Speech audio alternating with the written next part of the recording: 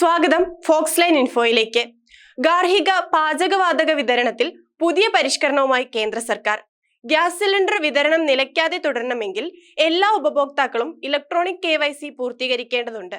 മുൻപും കേന്ദ്ര സർക്കാർ മുന്നറിയിപ്പുകൾ വന്നിരുന്നുവെങ്കിലും ഇളവുകൾ നൽകിയിരുന്നു. എന്നാൽ ഇനി മുതൽ ഇലക്ട്രോണിക് KYC പൂർത്തിയാക്കിയവർക്ക് മാത്രമേ പാചകവാതക വിതരണം കൃത്യമായി നടക്കുകയുള്ളൂ. ബയോമെട്രിക് മസ്റ്ററിംഗ് വഴി ഗുണഭോക്താവിന്റെ വിരലടയാളം രേഖപ്പെടുത്തുക എന്നതാണ് പൂർത്തീകരിക്കാനുള്ള പ്രക്രിയ. ആദ്യഘട്ടത്തിൽ ഇന്ത്യൻ ഗ്യാസ് ആണ് എല്ലാ മേഖലകളിലും ക്യാമ്പുകൾ നടത്തിവരുന്നത്. ഉടൻ തന്നെ ഭാരത് HP ഗ്യാസുകളും ക്യാമ്പുകൾ നടത്തും. 2024 തന്നെ ബയോമെട്രിക് മസ്റ്ററിംഗ് പൂർത്തീകരിക്കാനാണ് തീരുമാനം.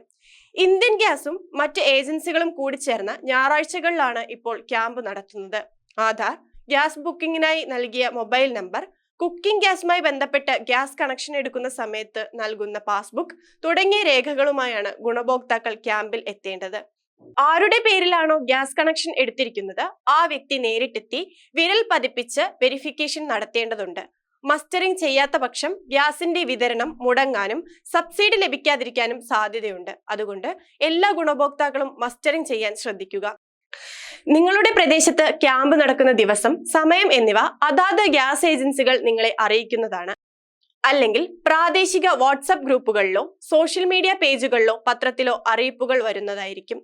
ബയോമെട്രിക് മസ്റ്ററിംഗ് ആയതിനാൽ ആധാർ അധിഷ്ഠിത വെരിഫിക്കേഷൻ ആണ്. ഇതിനായി ഗുണഭോക്താവ് നേരിട്ടെത്താൻ പ്രത്യേകം ശ്രദ്ധിക്കുക. കൂടുതൽ വീഡിയോകൾക്കായി ഫോക്സ് ലൈൻ ഇൻഫോ സബ്സ്ക്രൈബ് ചെയ്യുക.